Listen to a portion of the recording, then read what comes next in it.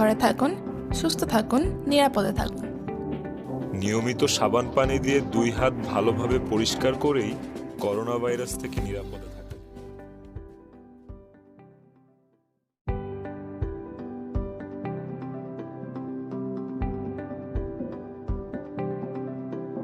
তো আমরা গতদিন পড়েছিলাম অ্যাট লাস্ট সেই সন্ন্যাসী সেই লোকটিকে জিজ্ঞেস করেছিল যে তুমি কেন যেতে চাও শহরে। তখন লোকটা বলেছিল আমি ডাক্তার দেখাতে যেতে চাই শহরে। তো তারপর साधु की करलो, उस गरीब इंसान को देखने के बाद जब वो बोला कि मुझे शहर जाना है, डॉक्टर दिखाना है, तो फिर उसके बाद क्या हुआ चलो देखते हैं। The hermit took pity on the poor man, so he got down from his horse and let the man sit on it. तब बाबा खड़क सिंह को उस गरीब आदमी पे बहुत दया आया, तो वो क्या किए, वो खुद घोड़े से उतर गए और उस गरीब आदमी को घोड़े पे बैठने दिया। যখন সাধু দেখলো তার অবস্থা, তখন দেখে তার খুবই দয়া হলো, খুবই করুণা হলো তার প্রতি। তাই সে কি করলো, সে নিজে ঘোড়া থেকে নেমে গেল আর সেই লোকটাকে ঘোড়াতে বসতে দিল। The horse moved on slowly and he walked beside it. ঘোড়াটা চলতে লাগলো আস্তে আস্তে এবং সে ঘোড়ার পাশে পাশে হাঁটতে লাগলো। घोड़ा चलने लगा धीरे धीरे और साधु उसके बाजू से चलने लगे धीरे धीरे। Suddenly the man threw away his clutches and gave a strong jerk to the horse. হঠাৎ করে সেই মানুষটা, যে গরিব মানুষটা ঘোড়ার উপর বসেছিল, সে কি করলো, তার সব জিনিসপত্র ছুঁড়ে ফেলে দিয়ে একটা জোরে হ্যাঁচকা টান দিল घोड़ाटाके। वो आदमी जो घोड़े के ऊपर बैठा था वो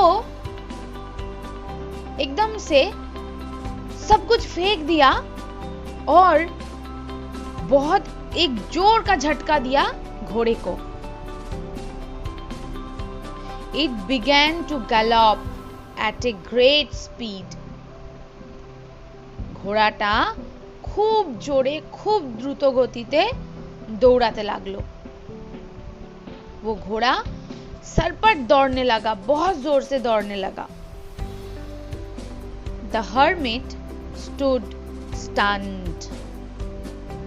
वो साधु হতভম্ব হয়ে স্তব্ধ হয়ে বোকার মতো দাঁড়িয়ে থাকলো। साधु दंग रह गया और वैसे ही खड़ा रह गया। He realized that this man was none other than bearded dacoit. তখন সাধু বুঝতে পারলো এই লোকটা আর কেউ নয়, সেই ভয়ঙ্কর ডাকাতটা।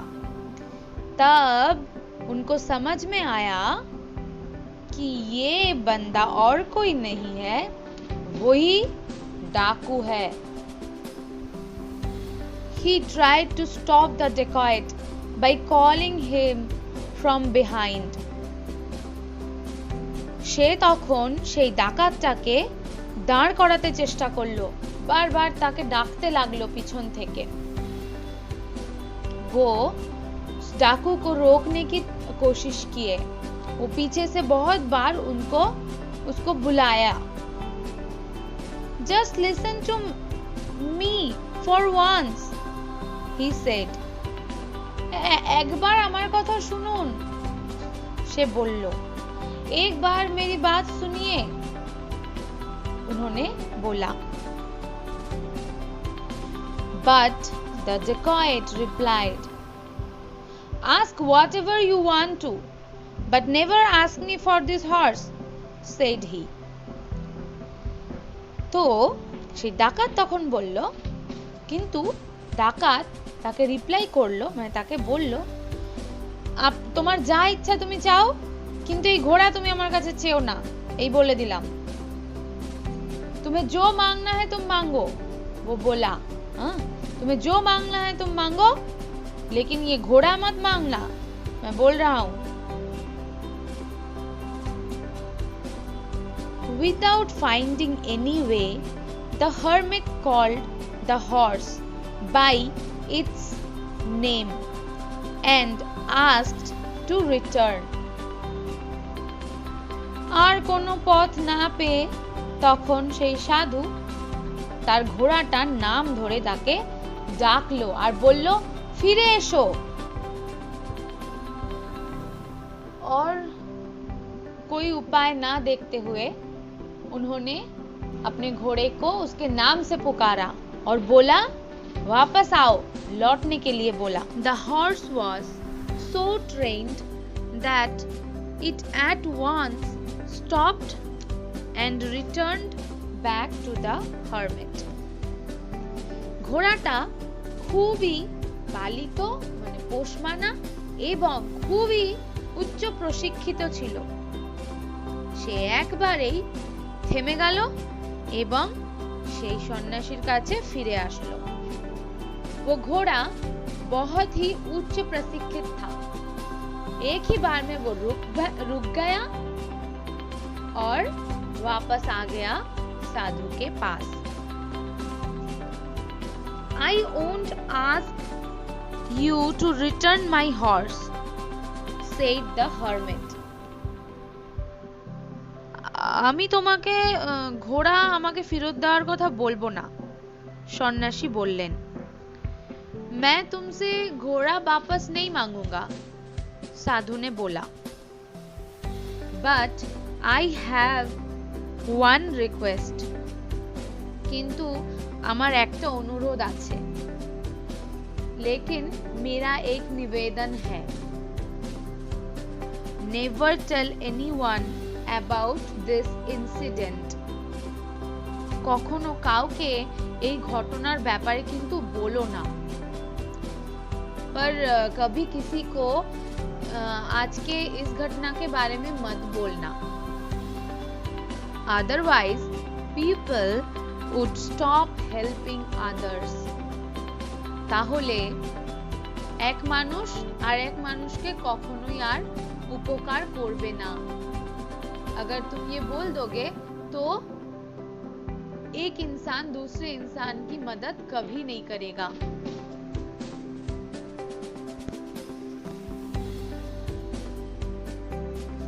At first, the dacoit could not understand what he meant. প্রথমে তো ডাকাত বুঝতে পারলো না যে সাধু কি বলতে চাইছে। पहले डाकू समझ नहीं पाया कि साधु क्या बोलना चाह रहे हैं। But the hermit stood calmly and explained. কিন্তু সাধু সেরকমই ধীর স্থির ভাবে দাঁড়িয়ে থাকলেন এবং তাকে সমস্তটা ব্যাখ্যা করে বুঝিয়ে বললেন। साधु ऐसे ही चुपचाप खड़ा रह के उसको समझाया। If you tell this incident to people, they will lose faith in poor and helpless, and nobody would help them. যদি তুমি এই কথা সবাইকে বলো, তাহলে মানুষেরা এই গরিব বা এই অসহায় মানুষগুলোর ওপর থেকে ভরসা হারিয়ে ফেলবে আর কেউ কোনো দিন তাদের হেল্প করবে না।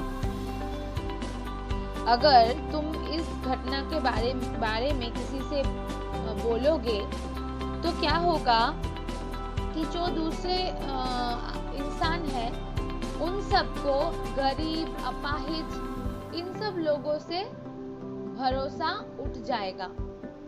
फिर ऐसे गरीबों को, ऐसे अपाहिज लोगों को कोई मदद नहीं करेगा। Without saying a word, the dacoit went away. কিছু না বলেই ডাকাতটা চলে গেল। कुछ बिना बोले ही डाकू चला गया।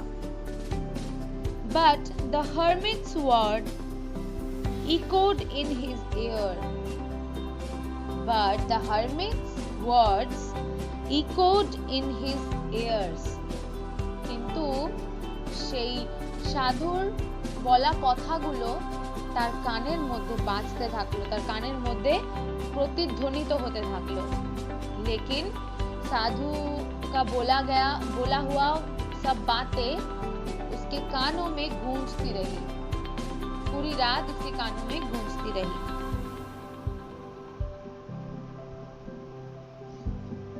He realized that a new change had come in his life.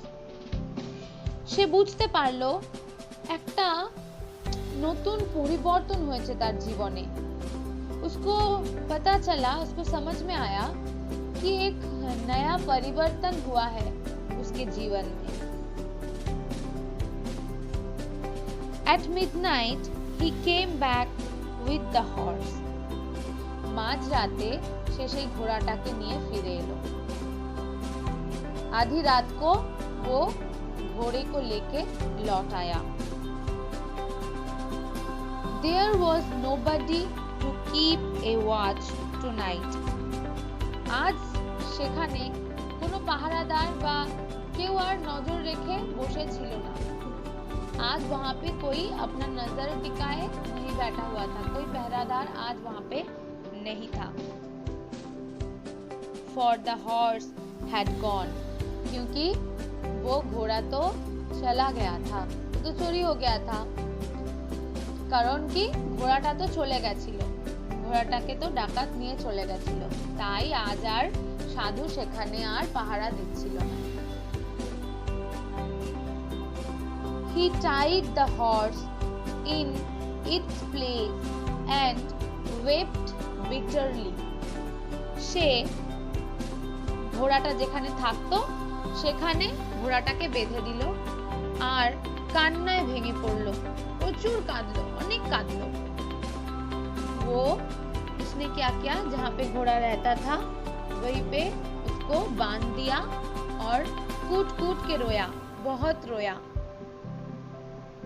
The tears flowing clearly indicates his repentance বা his repentance.